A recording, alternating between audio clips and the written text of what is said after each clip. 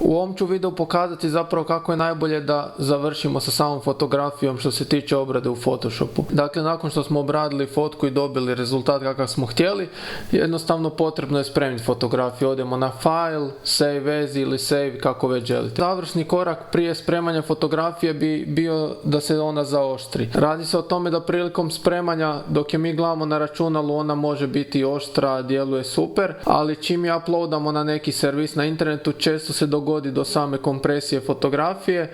U prijevodu to znači da nekakva oštrina koju je fotografija imala se odjednom izgubila, sve je postalo jako mekano. Ali samim time, ako fotografiju zaoštrimo prilikom spremanja, možemo poboljšati taj efekt, tako da i prilikom kompresije fotografije dalje imamo željenu oštrinu. Nekoliko je načina za zaoštriti fotografiju. U ovom slučaju evo napravit ću još novi layer, to je kopiju ovog layera, CTRL-J napravim. Ako odemo pod filter, imamo dio Sharpen gdje nam nudi razne opcije zaoštravanja. Najbolje da prođemo jednu po jednu opciju, odnosno proći ću samo one koje najčešće i koristim, jer mislim da za ovim drugima nužno ni nema potrebe. Prva sama po sebi se logično pokazuje opcija Sharpen.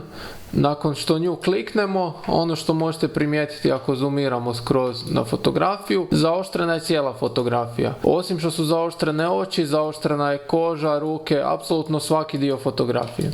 U ovom će videu isto prilikom objave doći do male kompresije, ali nadam se da će sve biti vidljivo. Za opciju Sharpen smo dobili to da nam je cijela fotografija zaoštrena. Budemo preimenovali čisto ovaj layer kad ćemo uspoređivati. Možemo iskoristiti drugu funkciju, Filter Sharpen, ispod se odmah nalazi Sharpen Edge. To što nam radi ova funkcija je da ona zapravo samo zaoštrava rubove, gdje su nekakvi kontrastni prijelazi, ti dijelovi će biti zaoštreni. To nam se u ovom slučaju najčešće dogodi oko očiju, isto tako usana i slično, ali ako obratite pozornost na kožu u ovom slučaju, primijetit ćete da zapravo nam na samu kožu ovo zaoštravanje gotovo i nije utjecalo, dok možemo primijetiti da nam je na oči i sve kontrastne prijelaze utjecalo. Isto tako ako se malo spustimo dolje. Zoomirao sam tako da bi malo sve ipak bilo jasnije i vidljivije. Budemo opet preimenovali. Idući korak koji se uvijek pokaže logičnim je da odaberete Sharpen More. Ono što on napravi je da cijelu fotografiju u zaista jako velikoj mjeri zaoštri. Kao što možete vidjeti iz priloženog, ako usporedimo prije i poslije, vidi se stvarno jako velika promjena. Od nekakve relativno neoštre fotografije možete dobiti zaista jako oštru. Evo sada smo preimenovali i taj layer čisto da imamo zbog usporedbe. To su nekakva tri osnovna alata za zaoštravanje koji u većini situacija mogu biti jako korisni. Dakle Sharpen, Sharpen Edge i Sharpen More. Svaki, kao što sam rekao, ima svoj efekt. Ovdje imamo sad zbog usporedbe da vidite kako sam Sharpen utječe. Kao što vidite, Sharpen Edge vidi se jako mal pomak jer utječe samo na same rubove. I Sharpen More koji stvarno jako cijelu fotografiju izoštri. Ako usporedimo Sharpen More i Sharpen, vidite opet dosta veliku promjenu. Ovisno o tome kakva je fotografija u pitanju, svako koristi alat koji želi. Ove alate najbolje koristi kod samih fotografija portreta jer će nam se vidjeti i najveće promjene. Međutim, alat koji osobno najčešće koristim se ipak skriva ako odete na Filter, Other i High Pass. Nakon što njega odaberete, idealno je odabrati neki radijus naravno od 0 piksela, možda do 15. U ovom slučaju ću se ja zadržati na nekakvih 8,6 piksela. Kada kliknemo OK, pojavit će nam se upravo ono što smo i vidjeli u samom previewu. To trenutačno izgleda loše, ali ako odemo na blending modove i umjesto normala prebacimo na overlay, dobit ćemo već nekakav efekt koji smo možda željeli. Ono što možete ovdje primijetiti je to da osim što je fotografija jako zaoštrena, ona je zapravo dobila jako puno teksture koju možda prije nismo uspjeli vidjeti. Općenito je puno kontrastnija. Ovo sad što smo dobili ne mora znači da želimo takav rezultat, nego možemo dodati masku. Ako stisnemo CTRL-I, sve smo invertirali na nekakvu početnu točku. Uz pomoć ove crne maske smo sve to što smo bili selektirali u stvari sada sakrili. Možemo odabrati brush tu u lijevom ovom izborniku, ili ako stisnete tipku B na tipkovnici, isto tako će se odabrati brush. Ono što nam je najvažnije, obzirom da imamo ovdje crnu masku, da bi otkrivali taj sloj koji smo radili, u prednjem planu nam mora biti bijela boja kao što sada je. Ako nam je bijela slučajno u stražnjem planu, uz pomoć tipke X možemo uvijek vraćati ili uz pomoć ovih tu strelica. Nakon što nam je bijela u prednjem planu, držim tipku Alt, desni klik mišem također držim, tu povećavamo ili smanjujemo veličinu našeg brusha. Evo, stavit ćemo ga u ovom slučaju na nekakvih 158 piksela i trenutačno ću zapravo samo tjecati na dijelove oko očiju i usana. Kada usporedimo prije i poslije, vidi se jako velik pomak. Ono što svakako savjetujem nakon što ovo napravimo u ovako velikom obujmu, da ipak smanjimo opacity na možda nekakvih 50%. I evo sada kad smo na 55%, isto tako se vidi razlika, ali nije toliko upečatljiva kao kada smo na primjer na 100%.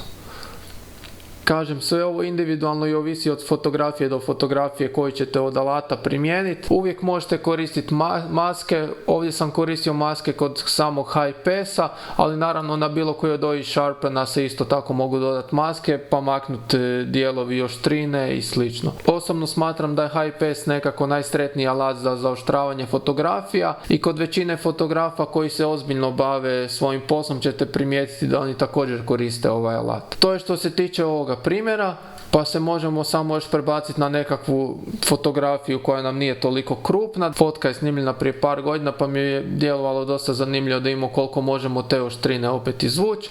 Opet sam napravio kopiju postojećeg layera, CTRL-J, jednostavno kliknem, odem na filter, odaberemo sharpen, vidjet ćemo koliko nam je on zaoštrio cijelu fotografiju. Evo, zoomirao sam na 100%. Budem zoomirao još malo više da vidite.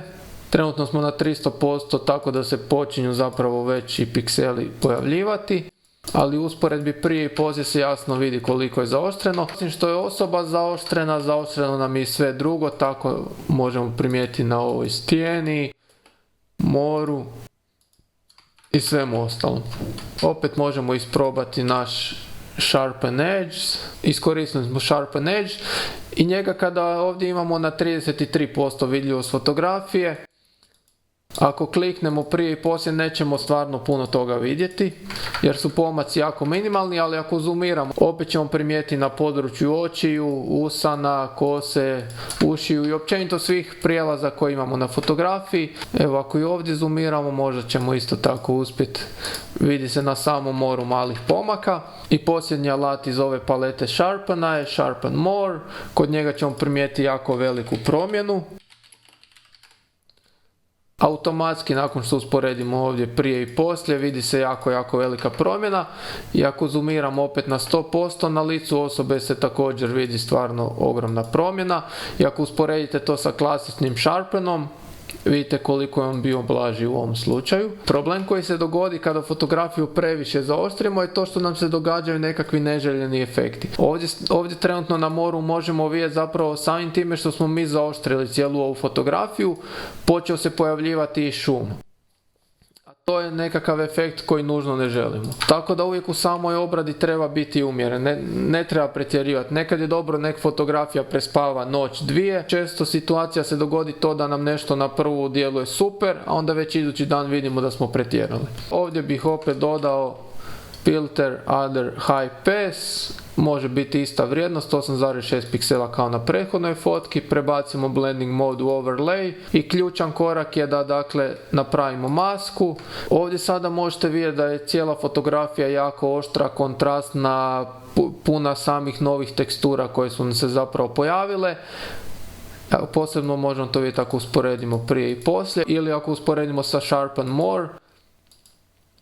Možete vidjeti zapravo jako veliku razliku u trenutnoj obradi fotografije, ali nakon što na masku kliknemo i odaberemo CTRL-I, sa tipkom B opet odaberemo brush, pobrinemo se da nam je bijela boja u prednjem planu i onda možemo selektivno zaoštriti neke dijelove. Evo, malo ćemo smanjiti brush, držim Alt kao što sam rekao i desni klik mišem.